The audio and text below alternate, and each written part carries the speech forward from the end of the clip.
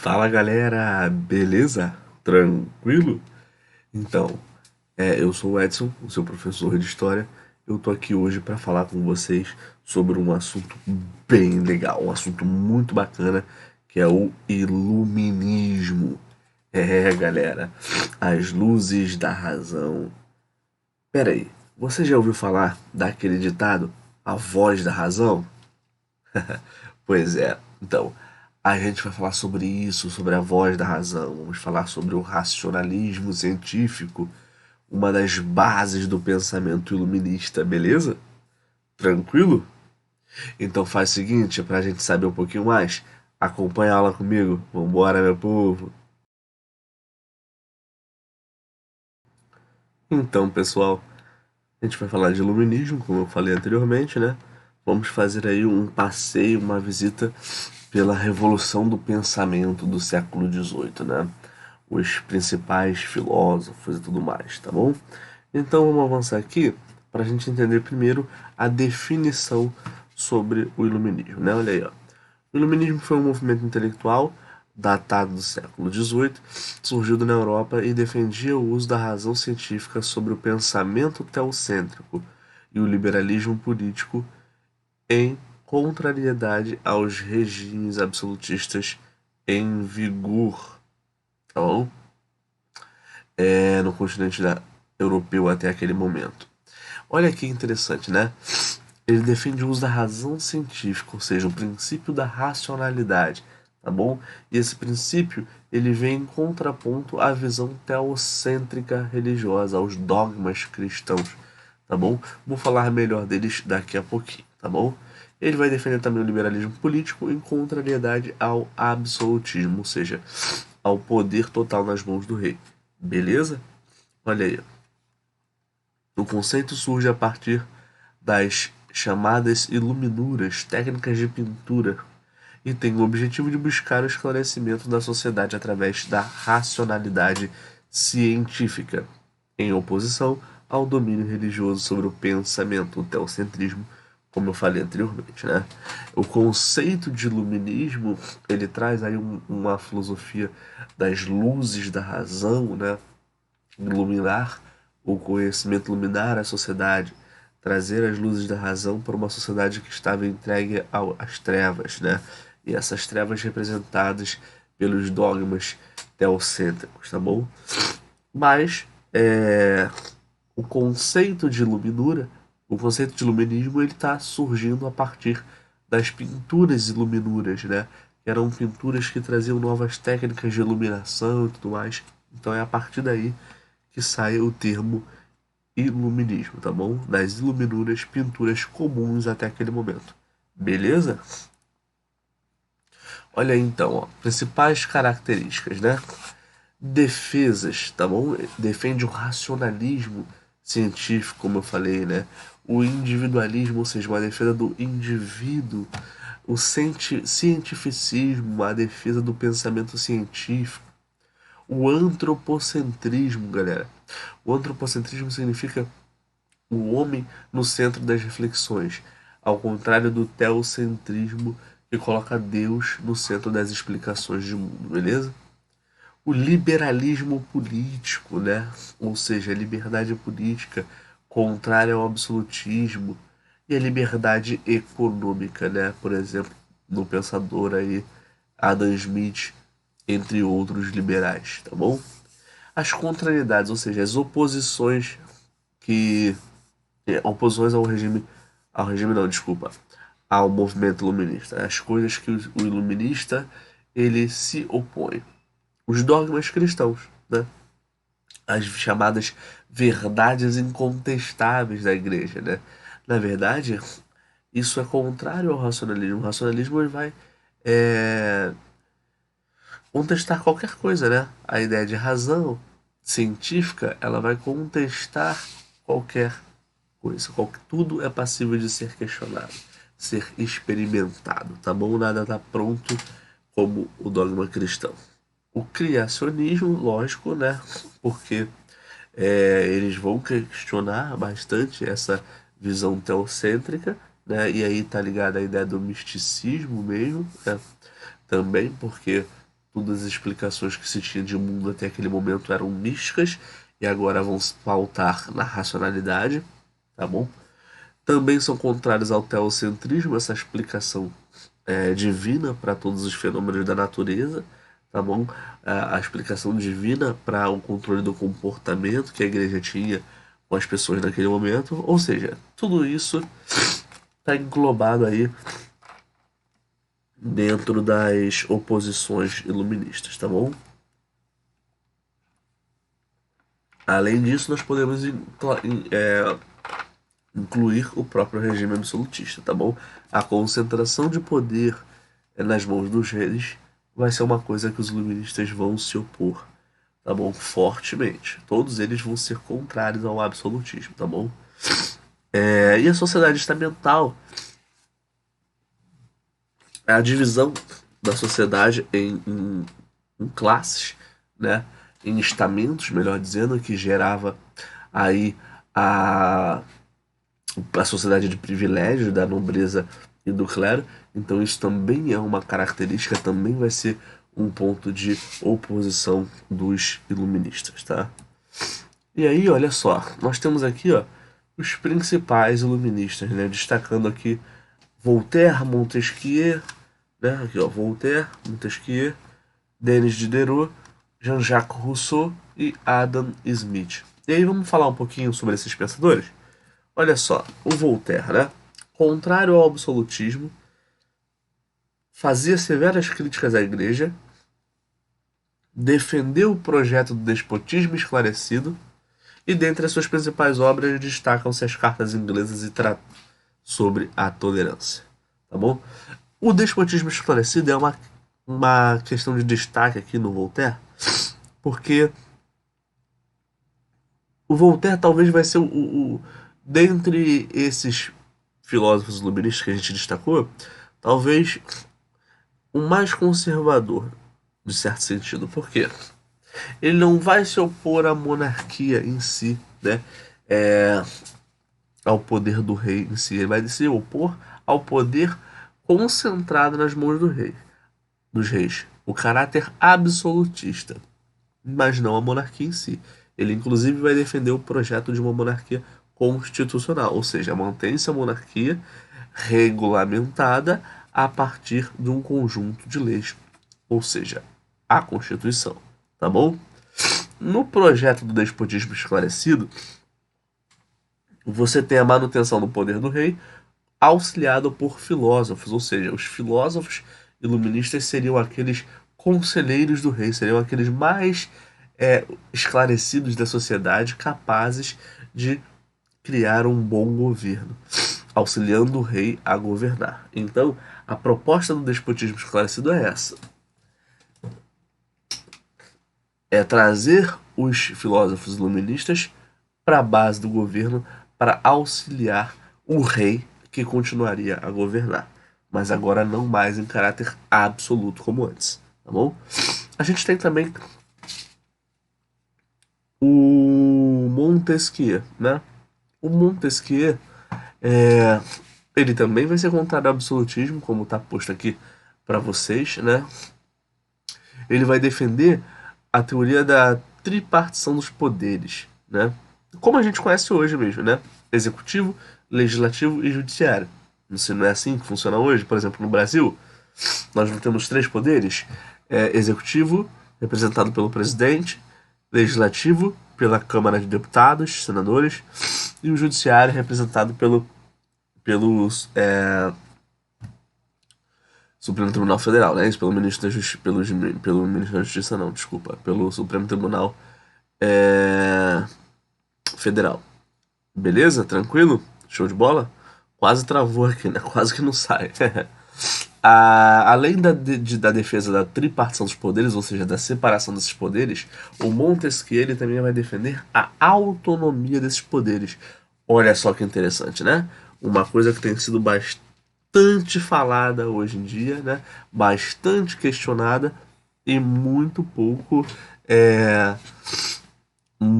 problematizada, né? Tem sido bastante ameaçada, inclusive, essa autonomia. Ou seja, dividir os poderes e garantir a autonomia deles era fundamental para garantir que não houvesse uma concentração de poder nas mãos de um só, nas mãos do rei, por exemplo, né? Era possível separar, era possível não concentrar, mas para isso era preciso garantir a autonomia. Era não.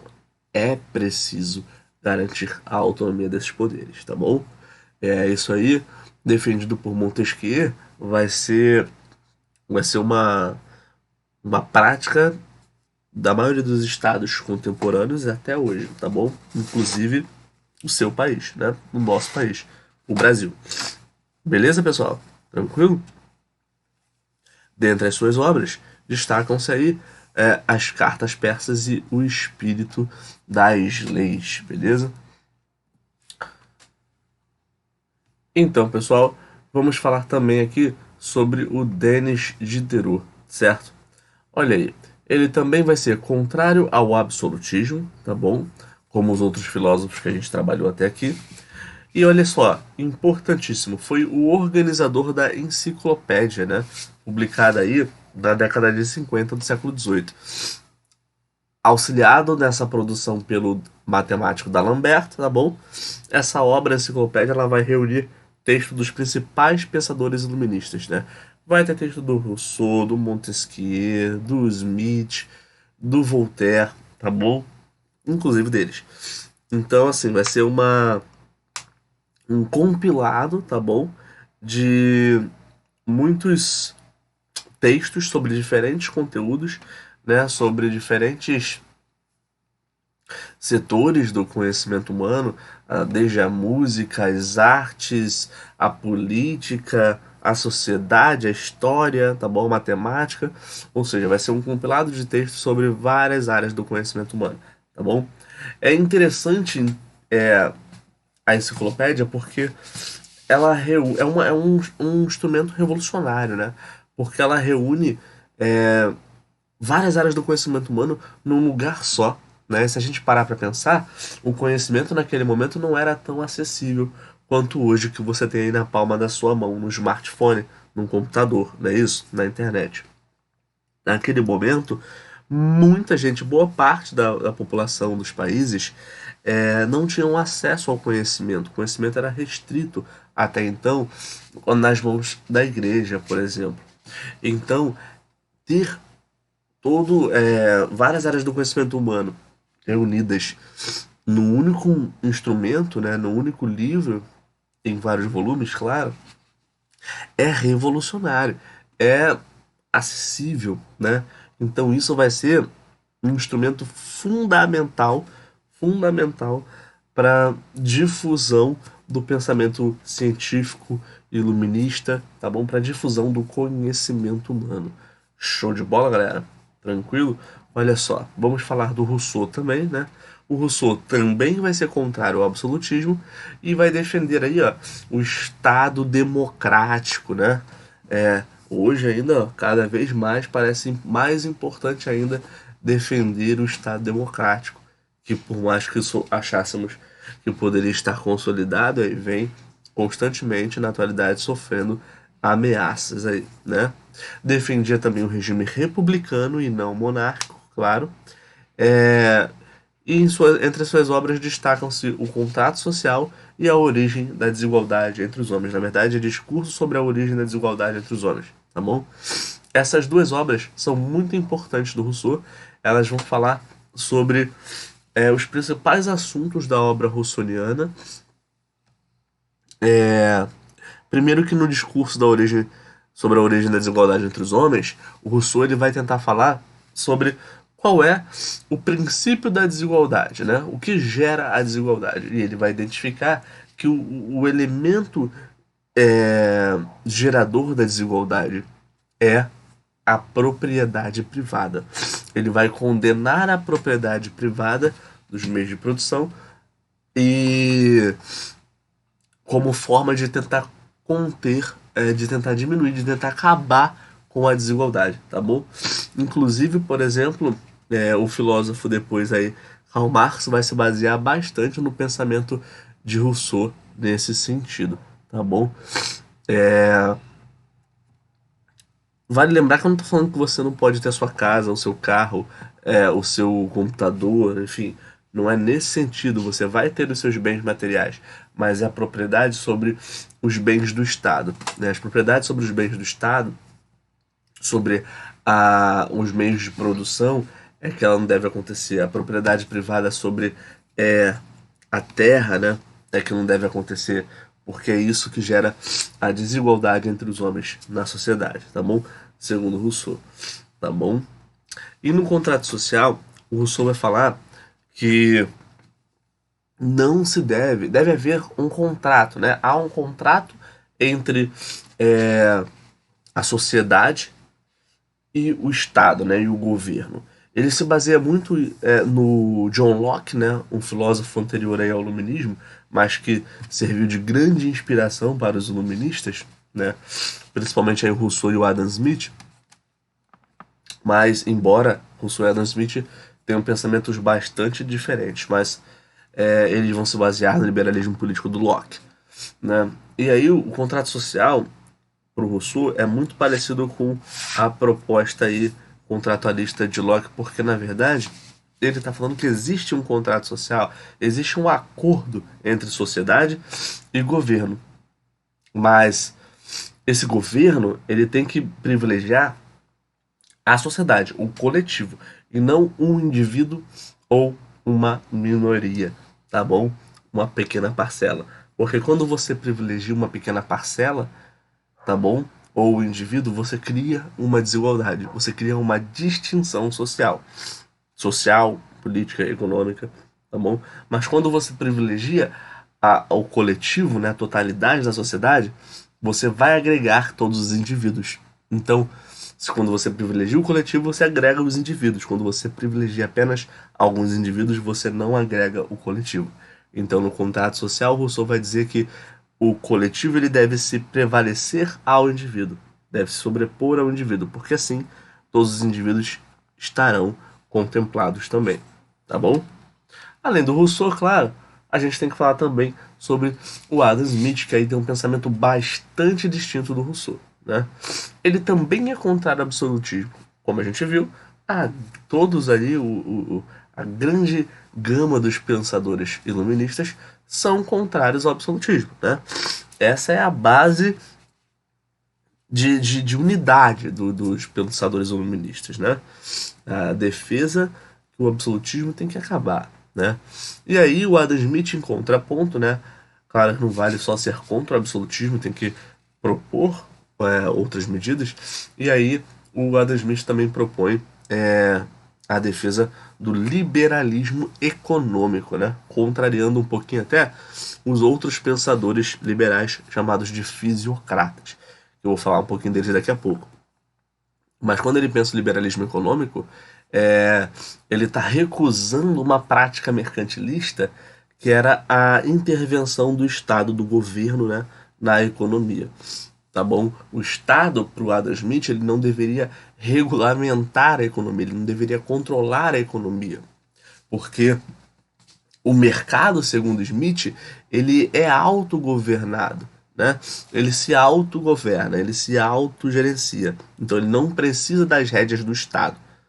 Mas não quer dizer que o Estado nunca deva intervir na economia. As intervenções devem ser mínimas, basicamente no momento de crise.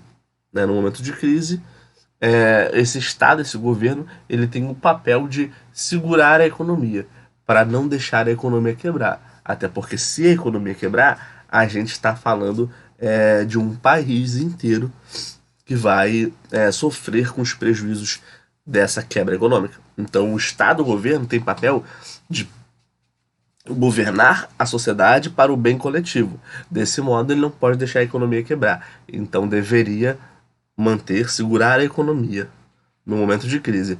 Mas fora o momento de crise, o Estado não deveria ter gerência sobre o mercado, sobre a economia, segundo o Adam Smith. Para isso, ele cria até um conceito, que é a mão invisível do Estado.